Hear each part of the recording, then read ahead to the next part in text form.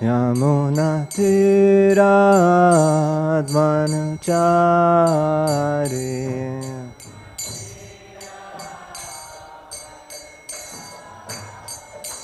Jaya Radha Madhava Kunja Bihari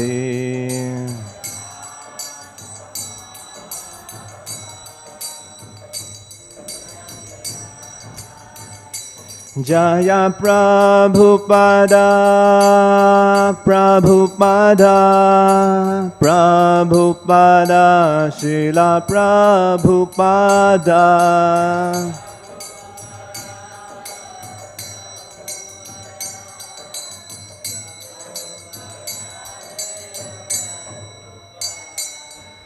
Jayam Vishnupad Paramhans Parivraj Kacharya Ashtavat Sat Shri Srimad Divine Grace A.C. Bhaktivedanta Swami Srila Prabhupada Ki Jayam Vishnupad Paramhans Parivraj Kacharya Ashtavat Sat Shri Srimad Srila Bhakti Siddhanta Saraswati Goswami Prabhupada Ki Anant Koti Vaishnav Vrinda Ki Namacharya Srila Haridas Thakur Ki Prem se kaho Jai Shri Krishna Chaitanya Prabhu Nityananda Shri Advait Gadadhar Shivasadi Gaur Bhakta Vrinda Ki Shri Shri Radha Krishna Gop Gopinath Sham Kund Radha Kund Giri Govardhan Ki Ganga Maiya Yamuna Mai Ki Bhakti Devi Tulsi Maharani Ki Shri Shri Radha Madhav Ashta Sakhi Vrinda Ki Shri Shri Panchatat Ki Prahlad Narsingha Dev Bhagavan Ki Granth Raj Srimad Bhagavatam Ki Upasthit Gaur Bhakta Vrinda Ki Nitai Gaur Premanande All glories to assembled devotees, all glories to assembled devotees, all glories to assembled devotees, all glories to Shri Shri Guru and Gauranga, all glories to Srila Prabhupada. Om Namo Bhagavate Vasudevaya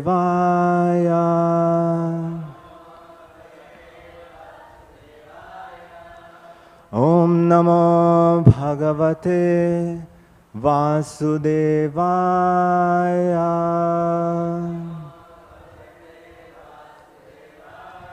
Om Namo Bhagavate Vasudevaya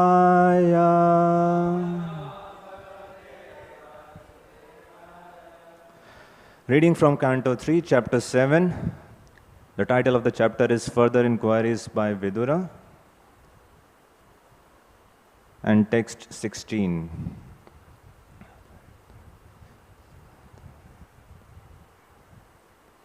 Sādhv etad vyāhṛtam vidvan nātma-māyāyanaṁ hareḥ ābhāty apārtham nirmūlam viśva-mūlaṁ na yad bahiḥ sādhv etad vyāhṛtam vidvan nātma-māyāyanaṁ hareḥ ābhāty apārtham nirmūlam viśva-mūlaṁ na yad bahiḥ sādhv etad vyāhṛtam vidvan nātma-māyāyanaṁ hareḥ ābhāty apārtham nirmūlam viśva-mūlaṁ na yad bahiḥ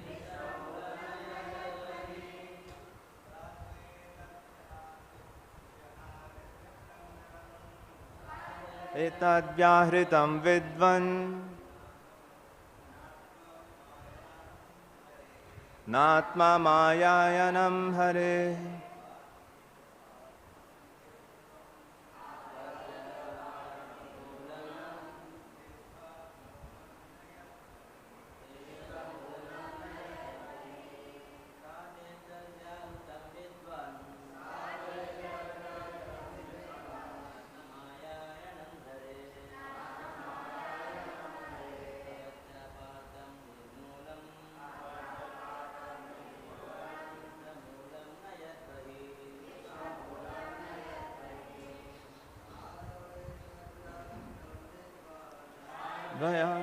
vyāhṛtam vidvan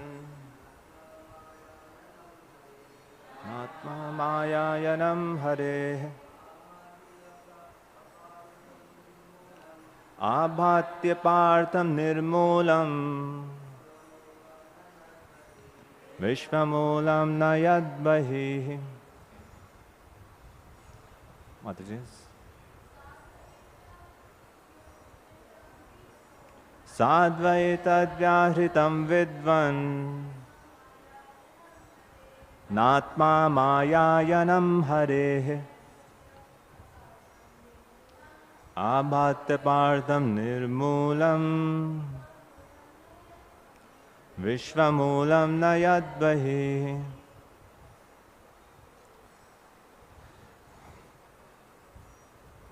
Word by word meaning, translation and purport by His Divine Grace A.C. Bhaktivedanta Swami Srila Prabhupada. Srila Prabhupada ki sādhu, as good as it should be.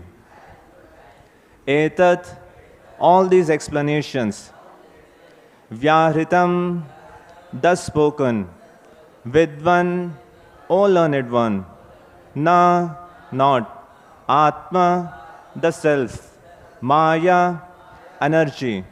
Ayanam, movement. hareḥ, of the personality of Godhead. Ābhāty, appears. Apārtham, without meaning. Nirmūlam, without basis. Viśva-mūlaṁ, the origin is the supreme. Na, not. Yat, which. Bahiḥ, outside. Translation. O learned sage, your explanations are very good, as they should be. Disturbances to the conditioned soul have no other basis than the movement of the external energy of the Lord. Kindly repeat. O learned sage, your explanations are very good, as they should be. Disturbances to the conditioned soul have no other basis than the movement of the external energy of the Lord. Purport. A living entity's unlawful desire to become one with the Lord in every respect is the root cause of the entire material manifestation. For otherwise, the Lord has no need to create such a manifestation, even for His pastimes. The conditioned soul, under the spell of the external energy of the Lord, falsely suffers many unfortunate incidents in material life. The Lord is the predominator of the external energy, māyā, whereas the living entity is predominated by the same māyā under the material condition. The false attempt of the living entity to occupy the predominating post of the Lord is the cause of his material bondage. And the conditioned soul's attempt to become one with the Lord is the last snare of māyā. Om ajñānatimirandhasya jnānanjana shalakaya chakshurunmilitam yena tasmai Shri Gurave namaha Shri Chaitanya manobhishtam stapitam yena bhutale swayam rupa kadhamayam dadati swapadantikam vandeham Shri Guru Shri Yutapad Shri Gurun Vaishnavamscha Shri Rupam Sagrajatam Sahagana Raghunathanvitam Tam Sajivam Sadvaitam Savadhutam Parijana Sahitam Krishna Chaitanya Devam Shri Radha Krishna Padan Sahagana Lalita Shri Vishakhanvitamscha He Krishna Karuna Sindho Dinabandho Jagatpate Gopesha Gopika Kanta Radha Kanta Namastute Tapte Kanchana Gaurangi Radhe Vrindavaneshwari Rishabhanu Sute Devi Pranamami Haripriye Vancha Kalpatarubhyascha Kripa Sindhu Vaevacha Patitanam Pavanebhyo Vaishnavebhyo Namo Namaha Nama Om Vishnupadaya Krishna Prishthaya Bhutale Srimate Bhakti Vedanta Swamin Niti Namine Namaste Saraswate Deve Gauravani Pracharine Nirvishesha Shunyavadi Paschatya Deshatarine Jaya Shri Krishna Chaitanya Prabhu Nityananda Shri Advaita Gadadhara Shivasadi Gaura Bhakta Vrinda Hare Krishna, Krishna Krishna, Hare Hare, Hare Rama, Rama Rama, Hare Hare.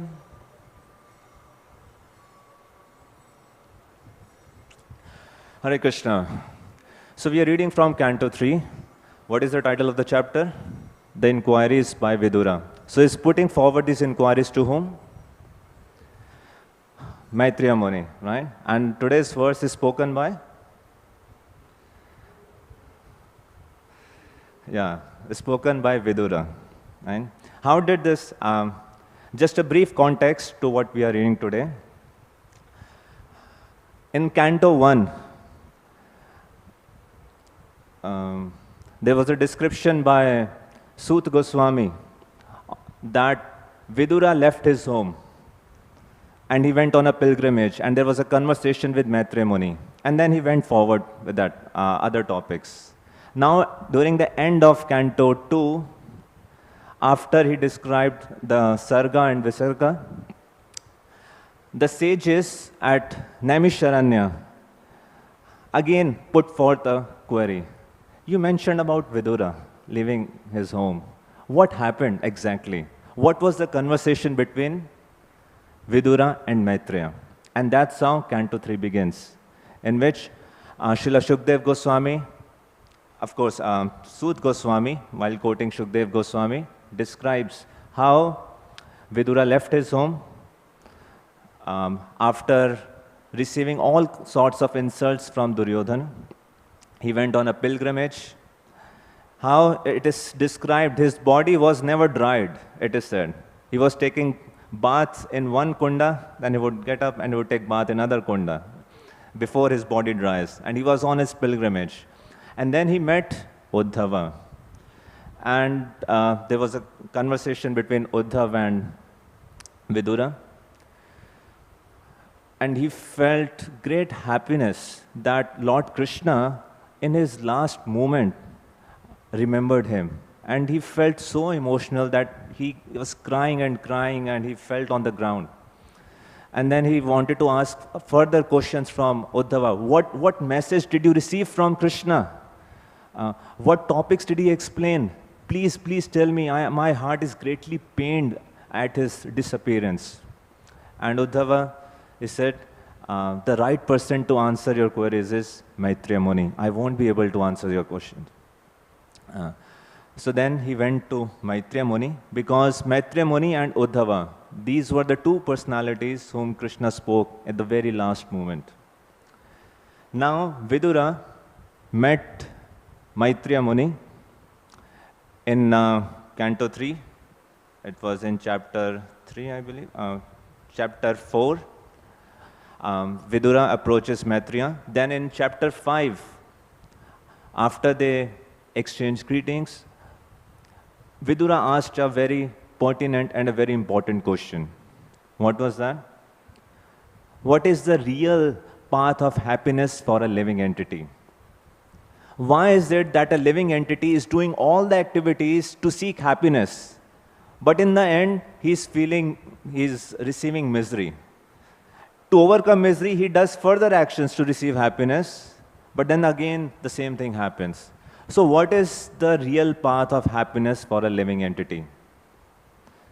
And then, after this question, he put forth many other questions. What were the questions that were asked by Vidura to Maitreya Muni? Anyone of you remember? Because the title of the chapter is Further Inquiries by Vidura. What were the previous inquiries by Vidura? Further inquiries were in that continuation only. Any query that you remember from that Vidura asked Maitreya Muni? Yes, bro.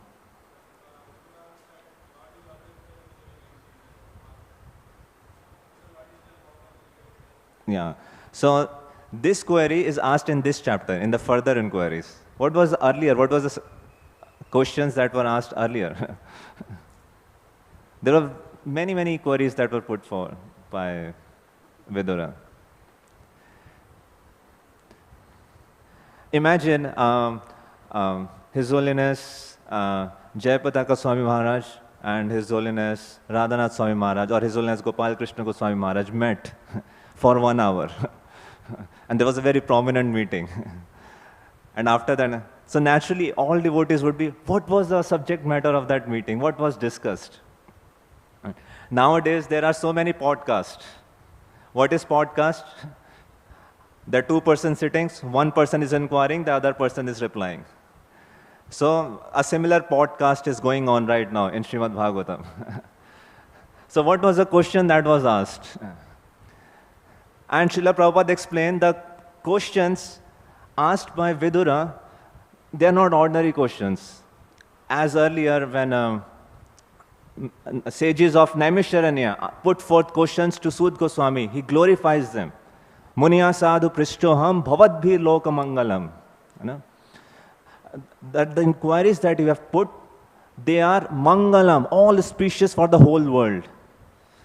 Yat Krishna samprashno, the queries that you have put in relation to Krishna, yena ātma suprasidhiti, that are completely satisfying to the self.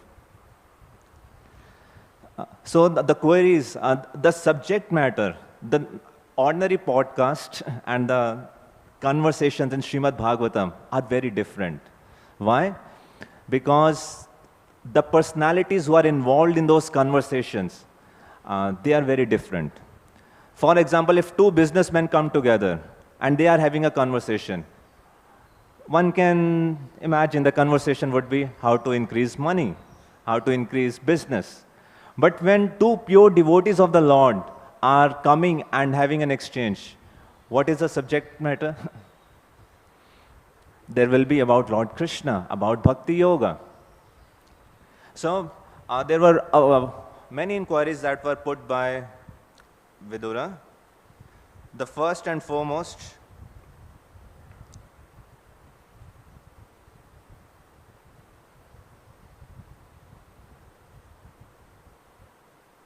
was about all the Purush avatar. How the Lord creates this creation. How He comes inside the creation. What are His various Leela avatar. And then there was an entire description about, in the next chapter, where Maitreya Muni describes, he put forth, just a second, I want to say exact queries, very interesting. Just a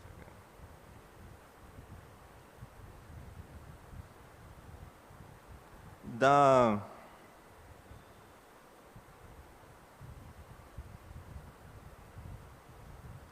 Anyway. Yes.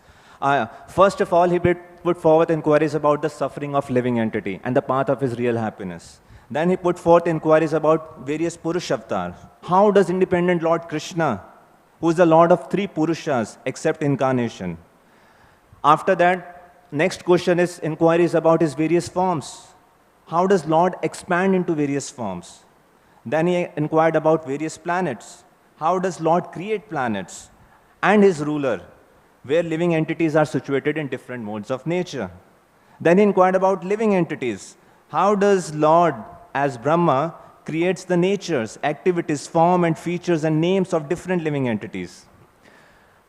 So imagine having a question-answer session and one person constantly asks these all different types of questions. So what happens? So Maitreya Muni became confused. Which question to answer first? And Vidura indicated, please answer about Purush avatar. And then he continues. So once he answered all those queries, then this chapter is beginning. Further inquiries by Vidura. In this chapter, the queries are very, very interesting. And this is one of the very challenging topics of Bhagavatam. Not just Bhagavatam, but of all religious tradition. It pertains to 2 important philosophical questions. First and foremost, he inquires about, in the previous verses, he inquires about Ishwar and he inquires about next about Jiva. The question about Ishwar, what was the question? Exact question? In this chapter, further inquiries in the previous classes? How does? Yes. How is Lord connected to this material world, the modes of nature? Right? And what is the next question? Because see, Lord is ātma. He has no motivation to do any act, but he still is doing all the creation, is maintaining, is annihilating. So why is he doing that? He is unchangeable, but he is doing some actions which indicates change. So that was the first inquiry in relation to the Supreme Lord. And the next query was, the living entity is residing along with Paramatma, who is completely spiritual. So how is it that living entity in presence of Supersoul is experiencing distress? Why a living entity is suffering? Who is at fault? So then, with Maitreya Muni gave a very, very profound reply in previous 2 verses. And Srila Prabhupada gives a very wonderful purport to them. After he heard those replies, now Vidura is sharing his realizations in this verse. He started sharing his realization in the previous verse, in which he said, "O powerful sage, all my doubts about the Supreme Personality of Godhead and living entities have now been removed by your convincing words. My mind is now perfectly entering into them." And now he's saying today's verse. "O learned sage, your explanations are very good." It says sādhu, sādhva. Just like after sometimes in the class, or to congratulate each other, devotee says sādhu, sādhu, sādhu. So Vidura is saying to Maitreya Muni, is expressing his appreciation, sādhu, sādhu, sādhu, after hearing such convincing replies and profound reply. Sādhva, etad vyāhṛtam vidvan. Etad, all these explanations that you have given, vyāhṛtam, vyāhṛtam means which you have spoken. Vidvan, vidvan is vidvan, that is a learned one. So he's addressing Maitreya Muni, "O learned one, the explanations that you have spoken, sādhu, sādhu, they are so wonderful." And he's saying, disturbances to the conditioned soul. Now I have understood that the suffering or disturbances to the conditioned soul, there is no other basis than the movement of the external energy of the Lord. And how to understand this? That is a big question. There is a common problem, the problem of the evil, that is discussed in all various theology. What is that problem? God is omniscient. Omniscient means he is all-knowing. He is all-powerful.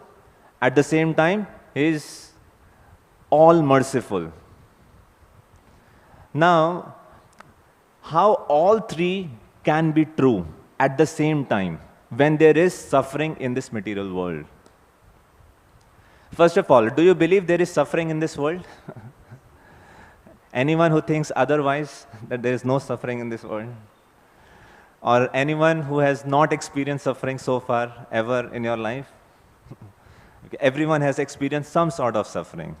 And we are seeing tremendous amount of pain and suffering. There's so many wars going on, environmental condition, unemployment, hunger, famines, disease, loss of life, injustice, inequality. Suffering can come in so many different forms. Now the question is Krishna aware of all those sufferings?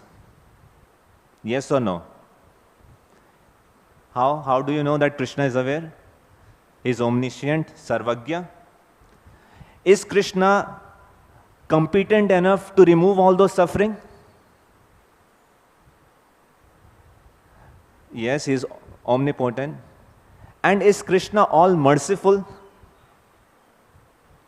So if Krishna is all merciful and he is aware of the suffering and is competent enough to remove the suffering, why he is not removing all those sufferings from the world? How can all three conditions be true at the same time? Or there can be a possibility, perhaps he is not omniscient, he is not aware. One possibility is this. The second possibility may be he is aware and is all merciful also, but perhaps he is not powerful enough. Or maybe the third option, he is all knowing, he is powerful enough, but perhaps he is not all merciful. How can Krishna, when seeing young child, dying in war, there was no fault of them. Why is Krishna not interfering? Why can't he just remove all those sufferings? So, different traditions, be it Christian, be it Islam, be it Hinduism, Vaishnavism, be it Sikhism, be it Buddhist, every religious tradition has to encounter this question about why there is suffering in this world. And different theologians, different philosophers have attempted to explain this question in varieties of ways. This is one of the most important pillars that one of the most important argument that people put forward to justify atheism, why I don't believe in God. So, what is Bhagavat's version to explaining why is suffering, why am I suffering? So before coming to Bhagavatam, let us briefly see what is Srila Vyasadeva describing in Vedanta Sutra about why there is suffering in this world. There are primarily three arguments that someone put forth. Argument one. Just a second. Now, someone can say if Brahman is the cause of this material world, just like Upanishad says that everything is coming from the absolute truth, janmadhyasya yata anvyat itarataschartheshva swarat. So if Brahman is the cause of the world, then the presence of inequality and cruelty reflect a flaw in that Brahman. Are you understanding? If I am seeing cruelty in this world and suffering in this world, and everything has come from the Supreme Lord, so it indicates there is some flaw in him. That's the first argument. And therefore, Srila Vyasadeva put forth that no, inequalities and cruelties, these are not because of Brahman. It is because of living entities' karma, because of their own action. People suffer because of their deeds in this and previous lives, and likewise they enjoy the result of their good karma. So Ramanujacharya, Baldev Vidyabhushan, in their commentaries on Vedanta Sutra, they explain that ultimately Brahman is the operative cause of suffering and enjoyment. But God always takes into account Jiva's karma. So that's the first argument, and Srila Vyasadeva says this is the answer. But then there is a next argument. If you say that Jiva alone is responsible because of their karma, but Chandogya Upanishad says, in the beginning there was Brahma alone, one only without a second. What you are saying about karma, that is okay. But let us go to the origin, from where it all began. In the beginning, Upanishad says there was Brahma alone, and from there all living entities came. So since there were no jivas in the beginning, there was no karma for God to take into account before the first creation. Right? So again, who is at fault? The Supreme Lord. You are saying karma and actions of living entities.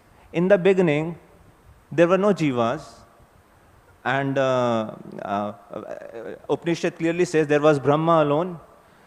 So it just takes a problem one step ahead, one step back, so as to say, from where it all began.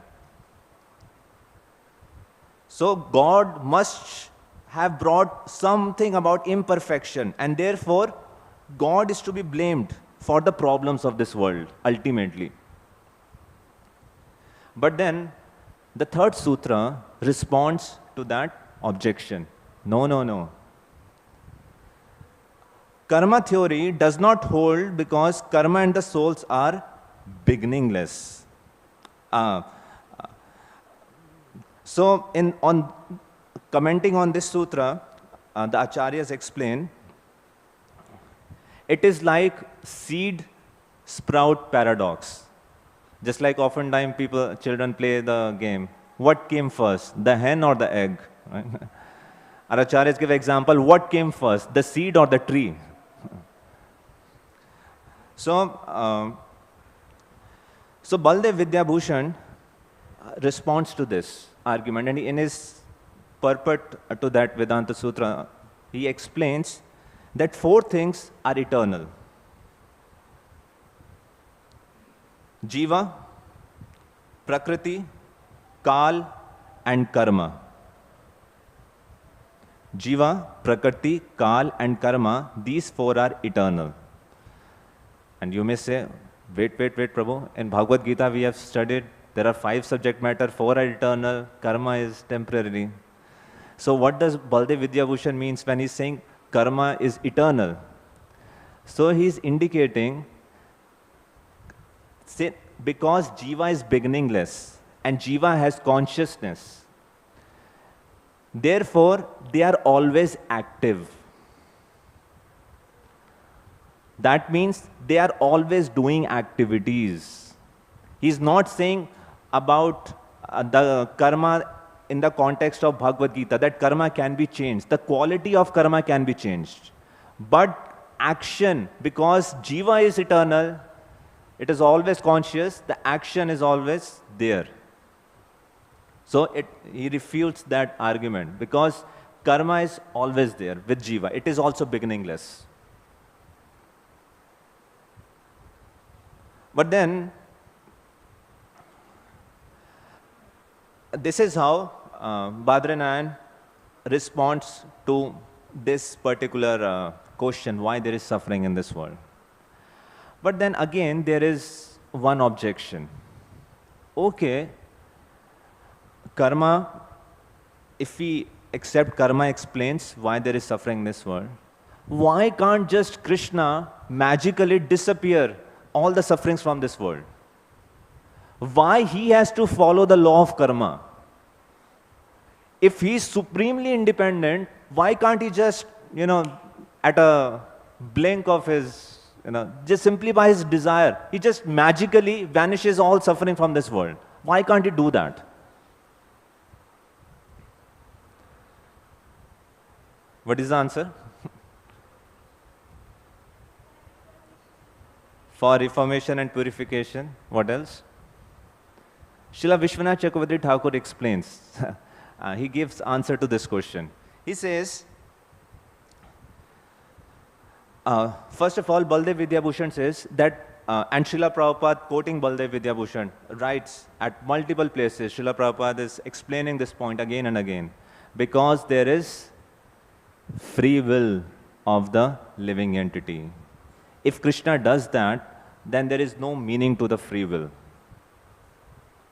And let us say, if Krishna chooses not to remove sufferings from this world, it does not indicate that he is not omnipotent. For example, a king may have some reward and punishment system. The king is fully powerful and potent that he can change that. But he's still following that. It does not mean that king is not powerful. So this argument does not mean that Krishna is not omnipotent. And arbitrarily, if Krishna does something, first of all, it affects its credibility. Second, there is absolutely no basis of functioning of this world. And third, there is no free will. And without free will, all living entities are simply like puppets. Without free will, there can be no love. Right? So now, this is how Baldev Vidyabhushan explains, and Srila Prabhupada explains this point. Now, in Bhagavatam, again, this question has been taken, and not just in the context of karma, but many more points. And specifically in Canto 1, Bhishma Dev, after the Mahabharata war end, Bhishma Dev is lying on a bed of arrows. Lord Krishna take Maharaj Yudhishthir and all the Pandavas to Bhishma Dev. Because Maharaj Yudhishthir was in lot of pain. He was in lot of guilt. And he was thinking that due to me, so much suffering has happened. He has lost all his family members, his brothers, and Krishna tried to console him. Vyasdev tried to console him, but he was not pacified. And Lord Krishna, in order to establish the glories of Bhishma Dev, took Maharaj Yudhishthira and all Pandavas to Bhishma Dev.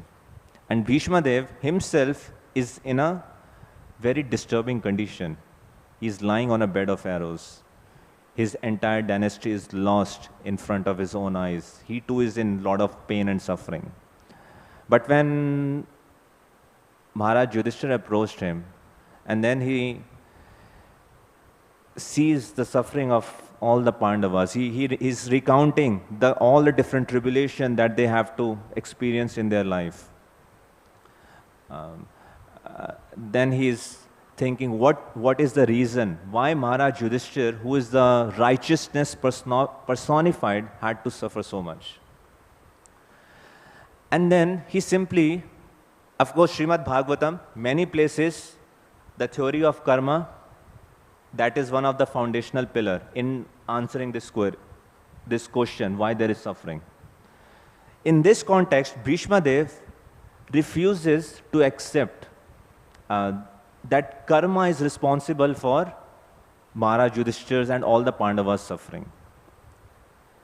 He says he's the he knows he's Yamraj himself, one of the Mahabhagavats, and they are since the time of birth they have been all pure, all righteous. He cannot believe that because of their karma they are suffering so much. And then he's exploring other probable cause of sufferings. So then, first cause that he explores is it because of time? Beyond karma, there's time, that is kal. Now, time is a very complicated subject matter, and specifically in Srimad Bhagavatam, deals it in variety of ways. What is time? So, time has a destructive effect. It destroys everything. Just like there's a strong Ganga current. It doesn't matter what is it. Irrespective of how heavy or how huge or how small, everything is flown into the current. Similarly, time, everything is destroyed with the passage of time. Not only destroy, Bhagavatam says, time also creates, because according to Bhagavat's version, the kala is not linear. According to Christian theology, the time is linear, but according to Bhagavatam, the time is circular. So, after destruction, there is again creation. So time not only destroys, but it also creates. And time is also compared to the energy of Krishna, impersonal energy of Krishna. And it is also compared to Sudarshan. Just like the spokes of Sudarshan are there, and they are revolving, similarly the time is revolving, and it is destroying everything. But then he says, is Kala, is the time cause of suffering? And he says, no, because Kal cannot act upon pure devotees. What is the example? Is there any example from Srimad Bhagavatam that illustrates this point, that time does not act upon pure devotees? Time cannot destroy pure devotees. Can you think of any example or any verse from Bhagavatam? That Bharat Maharaj, first life he was a great Maharaj, and then he took retirement from that activity, and then he fell down in Horin, and then again Jara Bharat. So that's why he's developing. But there are many fall downs also. Consciousness he is developing. So there were many if you see from beginning to end, Bhagavatam, how many case studies are there? All case studies are of failures. How Ajamil fell down. What happened with Vritasur in his previous life? People having all happiness and suddenly there is distress. How the consciousness is going down. Both cases are there. Any example that illustrates that Kal does not act upon pure devotees? There are Markandeya Rishi, okay. But again, he had a time limit, lifeline to it, right? That was very long, but time was still acting. Billions of years, what is for time, billions of years? Or for Brahma, it's like... So in third canto only, 25th chapter, there are many verses. Krishna himself is saying, Kapiladev, that opulence of a pure devotee cannot be snatched away by time. In second canto, I think third chapter, Ayurharti vaipumsam udyanastan cha yadasau tasyarte yat shanonita uttam shloka vartaya. Right? The sun cannot take away the duration from someone who is glorifying. And what is the example? Dhruv Maharaj. He stepped over the death and boarded his plane, right? So it is said, although time is compared to Sudarshan, that wheel that is constantly moving and destroying, the devotees, they are situated at which place? At the rim, at the axle of that Sudarshan. Just like Dhruv Maharaj went to Dhruvalok, and all the other nakshatra are orbiting around Dhruvalok. That is constant. Similar, the Supreme Lord Vishnu is residing at Dhruvalok. So similarly, the pure devotees, the Bhagavata, are situated in the center of that Sudarshan chakra, and they are immune to the destructing effect of time. Time cannot act upon them. So, and he's saying, Maharaj Yudhishthira and all the Pandavas, they are the pure devotees of the Lord. So, time cannot act on pure devotees.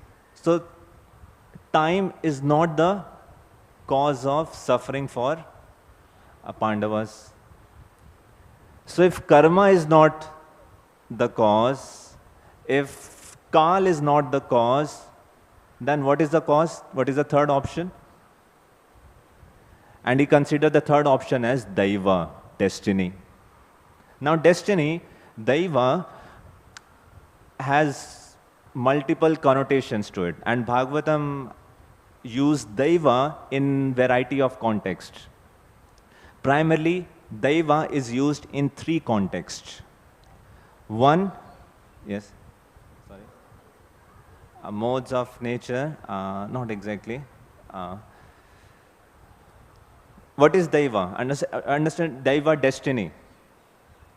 So some says destiny is different from karma. Karma is that you are doing, but there are causes which are beyond living entity. And living entity can do nothing about it. Some earthquakes came. Some, earth plates are, moving over each other and there's an earthquake. What can a living entity do about this? Right? So some commentators say there's a difference between karma and daiva. But Bhagavatam says daiva, destiny, means three things. One, it says daiva means your past karma. Whatever karma you are doing right now is creating a future destiny, or whatever was done in the previous, in the past tense, that has created your present destiny. So that's one context. Second context is used in terms of kal, the time. And third context, it is used, daiva is used to indicate the will of the Supreme Lord. Simply the desire of the Supreme Lord. So Bhishma Dev, he's exploring, he's having this monologue with himself. Why Pandavas had to suffer so much? Is it because of karma? He says no. Is it because of kal? He says no. It's because of yadrichaya, by the daivi ichha, simply by the desire, by the will and the plan of the Supreme Lord Krishna. They have to experience so much suffering.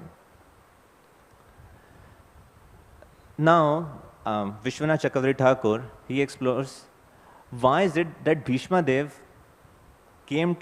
spoke about this in the last. He could have spoken directly because of Krishna, because of transcendental desire of Krishna, Pandavas had to suffer so much. So he says because Krishna was standing right in front of him along with Pandavas. If he would have said that, it might be a very improper way to speak. Then he asked another question. If they are suffering because of the transcendental desire of Krishna, and then he goes on to explain that no one can understand. The great sages, the great munis, the great philosopher, they can try to understand millions of years. But no one, absolutely no one can understand the plan of Krishna. So then Vishwanath Chakravarti Thakur explains, Krishna was standing right in front of them. If no one can explain, no one can understand, why could they not simply ask Krishna, Krishna, please tell us what is your plan, why we are suffering so much? So Vishwanath Chakravarti Thakur raises this question. And then he answers. And of course, he answers himself. The Bhishma Dev answers this question himself. He says, first, even if Krishna explains his plan, he confuses everyone. His Maya is very bewildering. Second, Krishna always loves to speak in a very confidential language, in a very mystical language. What is the proof? 11th canto states that all the Vedas, they are speaking about very confidential subject matter, and Krishna loves it. There is one meaning, but then behind that there are more meanings, and then under that there are more meanings. And that is one of the qualities of Krishna.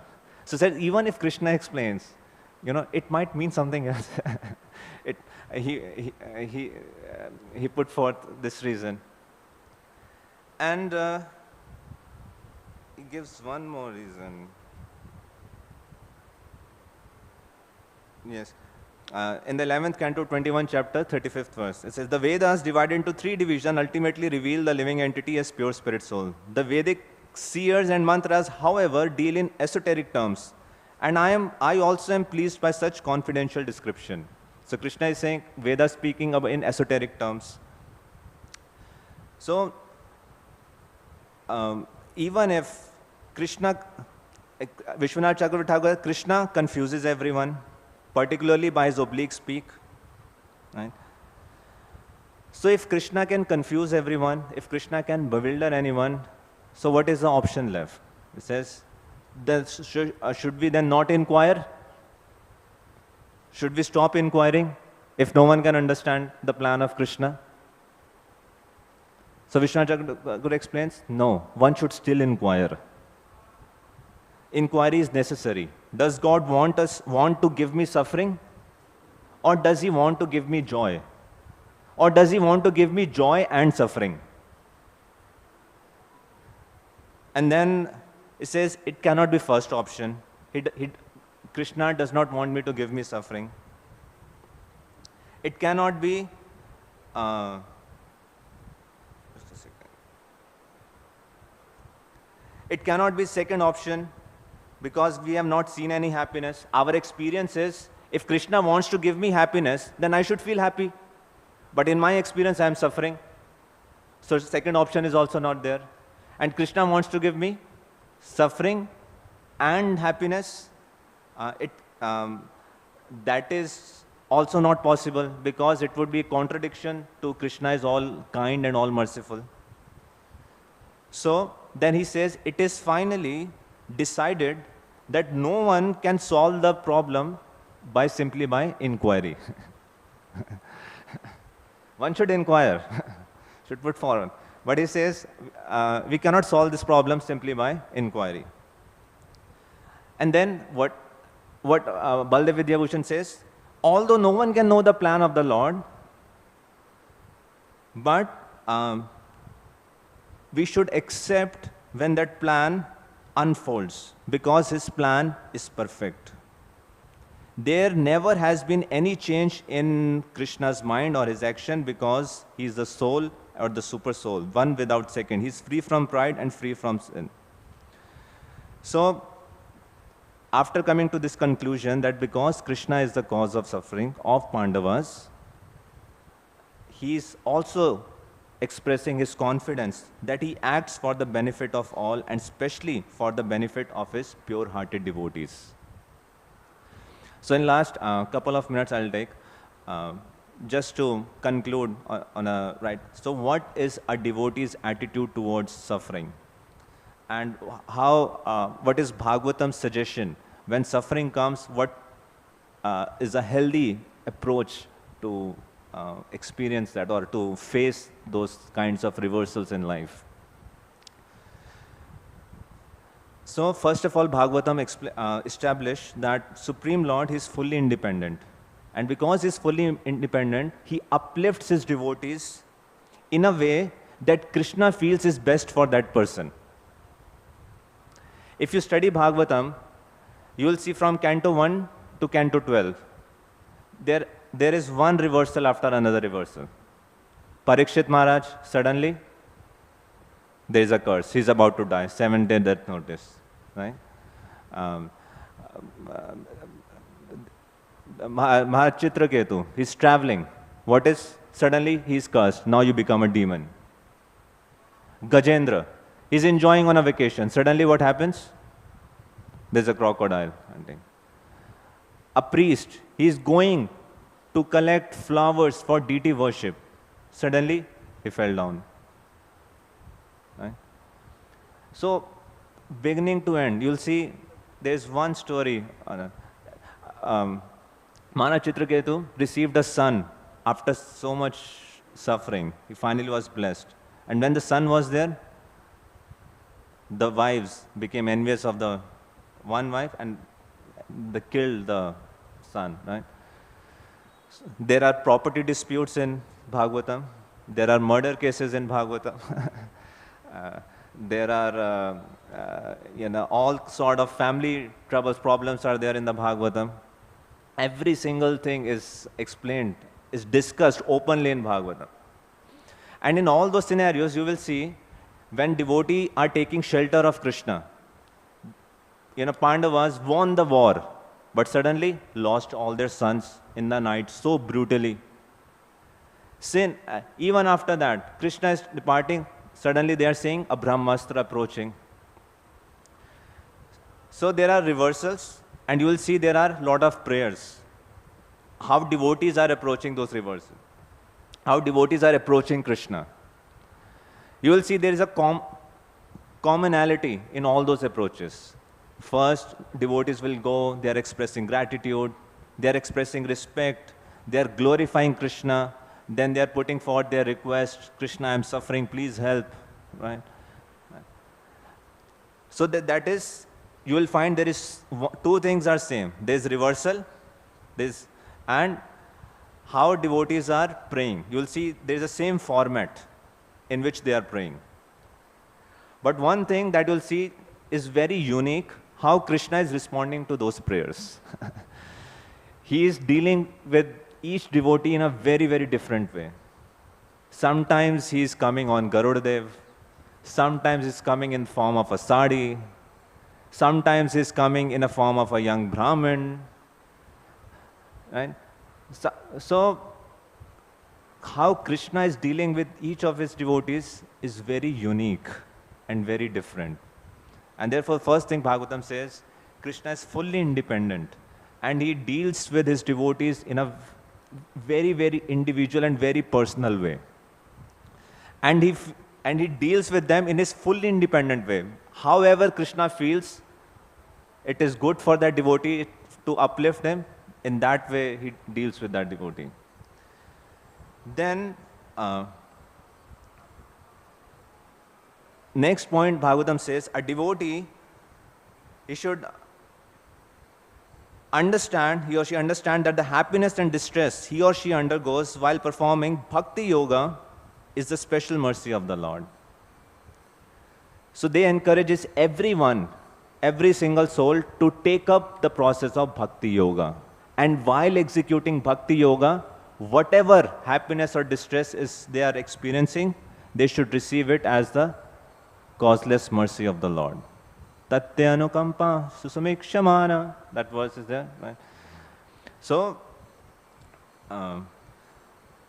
to absolutely, therefore, Bhishma Dev encourages Pandavas, and by his own example,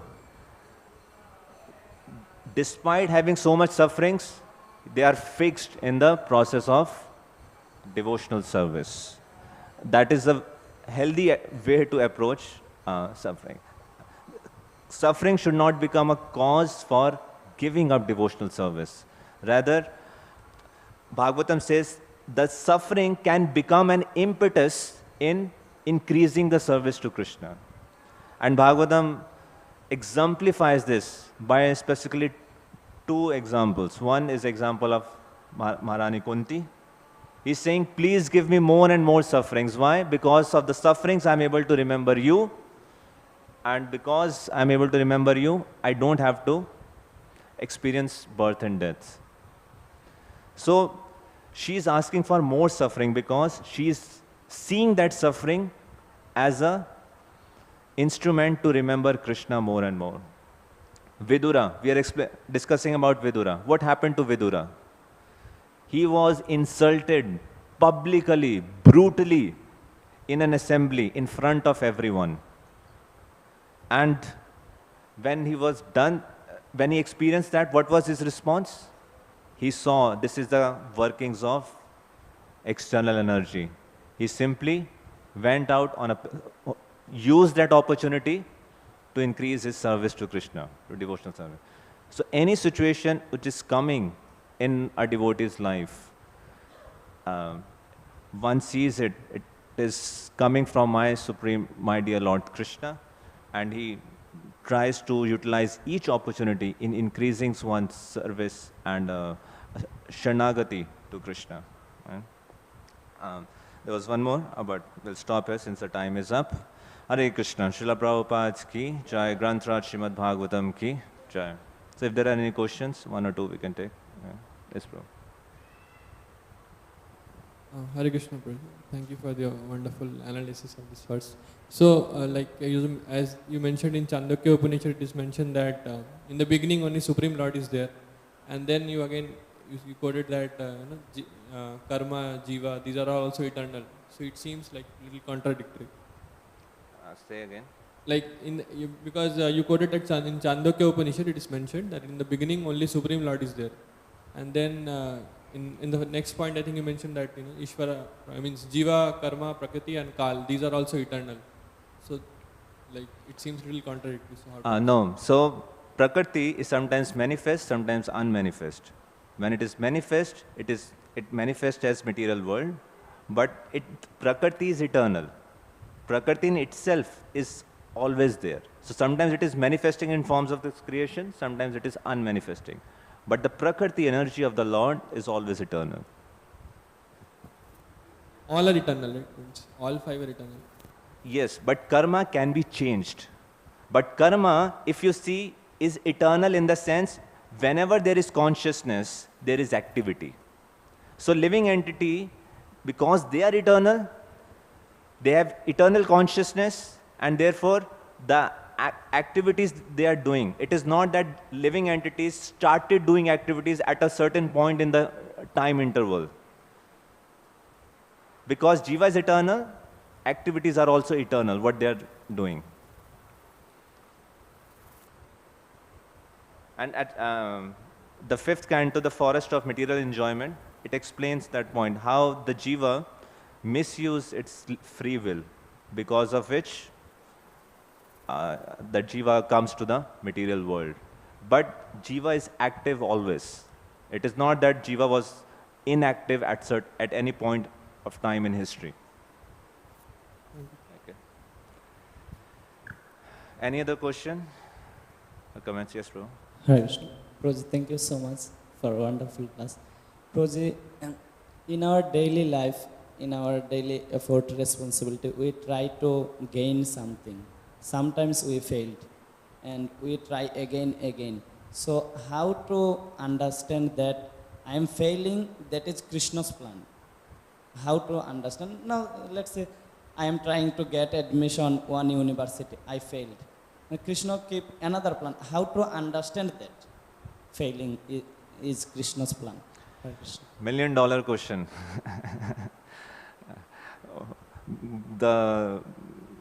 At what point should I be determined and keep on preparing? Maybe Krishna is testing my patience, he's developing my determination. Or maybe Krishna is indicating, no, I should just give up and try some other option. So there's no easy or clear-cut answers for this. You know, you'll have both cases. For example, when the battlefield of Kurukshetra, when the battle was happening of Mahabharata, Arjuna wanted to leave. And Krishna says, gave him instruction. So at that point, the Sharanagati, the surrender of Arjuna meant to fight. And later on, when Arjuna was defeated from the cowherd boys, you remember that pastime when he was accompanying the queens, and he remembered the same instructions of Bhagavad Gita given by the same Lord Krishna.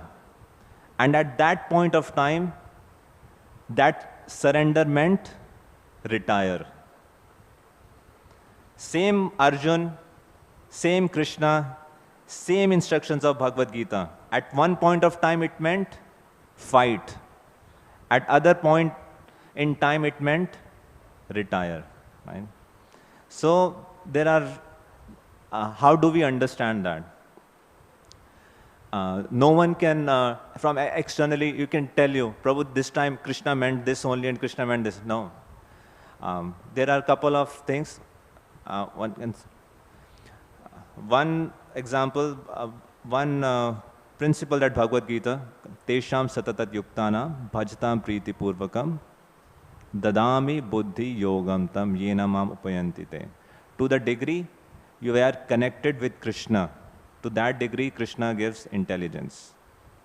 Srila Prabhupada had to fight so much for the building Juhu temple. He might have thought, okay, maybe Krishna want to give up this idea and take some other places. So, one thing is the desire, the quality of desire, whether this desire I'm doing it for my own self or is it for Krishna. The amount of selflessness is there in that desire. That also helps. And there's no easy way, I don't think. I haven't I've tried asking this question at many times in many places. There are no easy indicators. It's a person at that point of time, how you wish to pursue further in life. There can be many factors, and it will be different for different individuals. Sometimes there are family considerations, there are marriage considerations, there are financial considerations, there are own personal desire what the individual wants to do. So main thing is to take into account all of this consideration, have some discussions with some experienced devotees with whom you can trust and who is mature enough to guide you rightly. But ultimately the decision will be yours. The responsibility of decision will lie with yours. Yeah. So yes, no easy answer, no easy. There's no formula that you apply this and this, all factor, then you'll get a clarity. It will be very individual, and that's what dharma is all about. Dharma is different for different individuals. Yeah. Okay. So we'll stop here. Thank you very much. Hare Krishna. Granth Raj Srimad Bhagavatam ki, Srila Prabhupada ki, Nitai Gaur Premanande.